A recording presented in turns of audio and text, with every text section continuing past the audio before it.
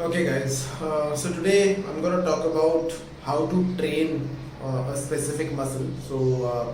I'll put it in a series, starting off with the chest. I've been included in a few of the Facebook groups, and few of my friends have also kind of asked me a lot of questions about how to train a particular muscle. They ask how to get a bigger chest, how to get a bigger back, how do I train my legs, how do I train my chest fully, how do I train my shoulders. I'm addressing the chest area, which is I don't usually use body parts, but that is how 90% of the population addresses it, which gradually we will change as we go training along. To start off, there are three major pointers that you have to take care while training the chest primarily.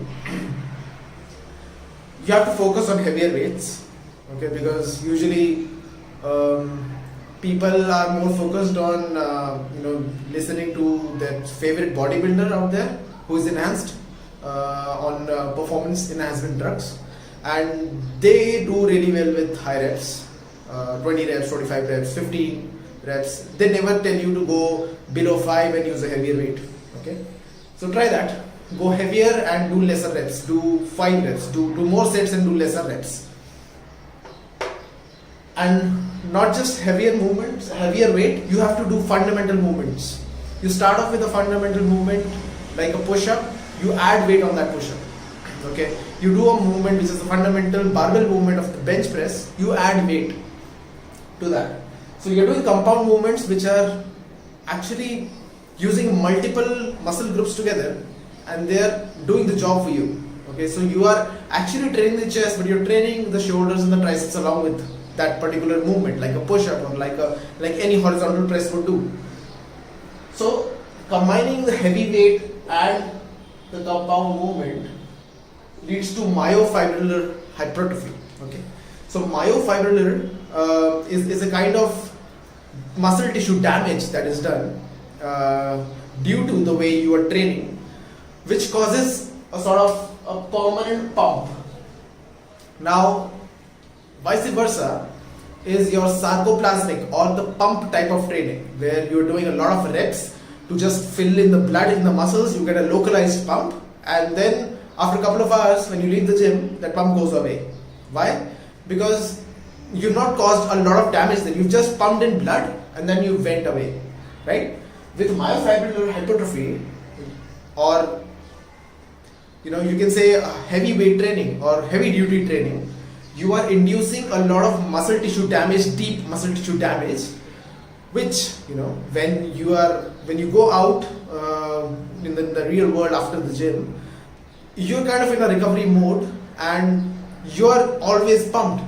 So you see, the ones who do heavier weights with lower reps are always in a permanent pump, induced permanent pump within those muscles. So even if I do a heavy bench press on Monday, till Wednesday or Thursday, I'll still be rock hard, right, in my chest area, and that is not exactly the localized pump. It's because I've caused a deep muscle tissue damage in my muscles, due to which now they are kind of recovering and growing stronger. So I'm going to cover more about the myofibrillar hypertrophy in a different post. So you just have to remember, you have to use heavier weights. You have to do compound movements. Now, once you are through with this, now you have to address how the muscle fibers of the chest are particularly. Chest muscles, the fibers inside the muscle, are running sideways, right? They're running this way. Here's a division, a prominent division when you see someone who has a well-developed upper chest, but still the fibers are moving this way. Now, don't have an illusion that there is this part is separate, then this part is separate, this part is separate, this is separate. It's all one unit. The only thing that can be specifically targeted is your upper chest. Why? Because you see a prominent division there, the rest of that slab of muscle remains the same.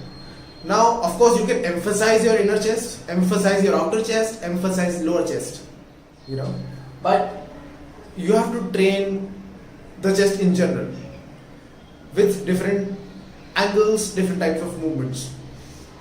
Now, heavier weights, compound movements, we move the way the muscle fibers run and how we are training them. Now, because these fibers run this way, we have to contract them, bring them together this way or this way. What is this? It's a push or press, and this is a fly. Simple. To make things simpler, take a movement, take a press, take a push. Now if I start from overhead push, now I gradually decrease my angle from the horizontal.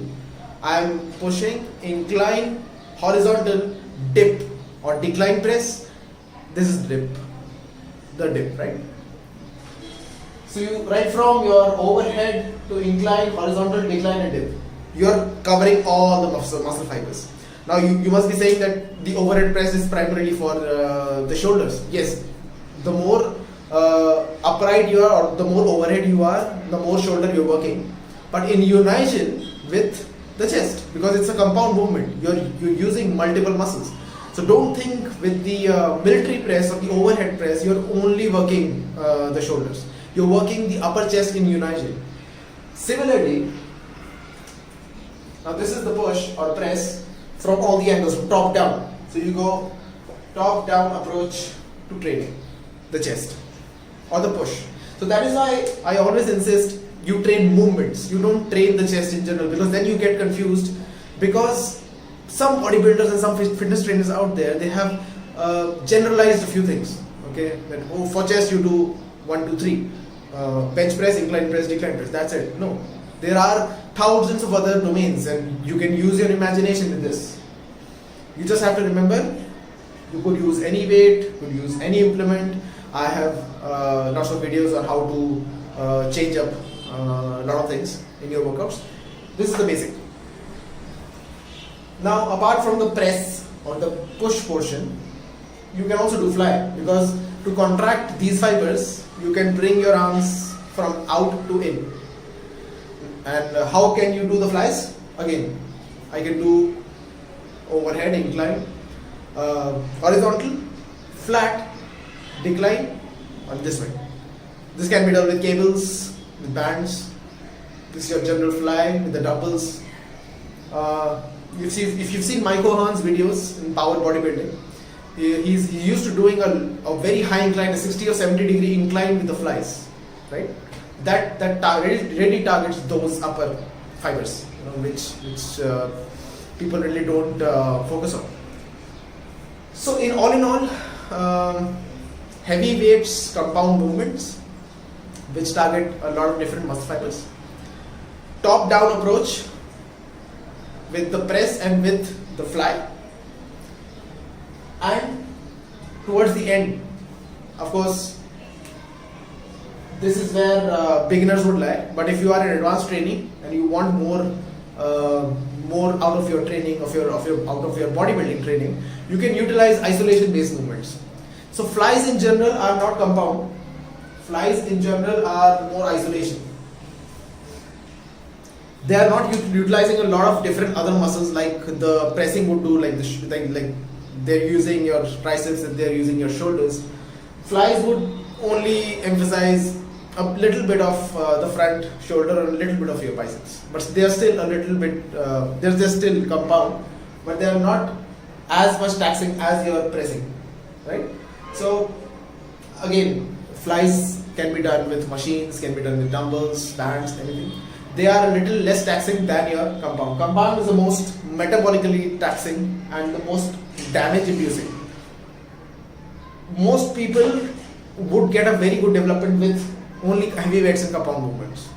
Okay, they are recruiting the high threshold muscle units. They are activating your nervous system with those heavy loads, strength based movements. And on top of that, if you put the icing on the cake with flies, you're through with your chest workout. You must be getting a very good chest development. So try this out. If you have any questions, you let me know.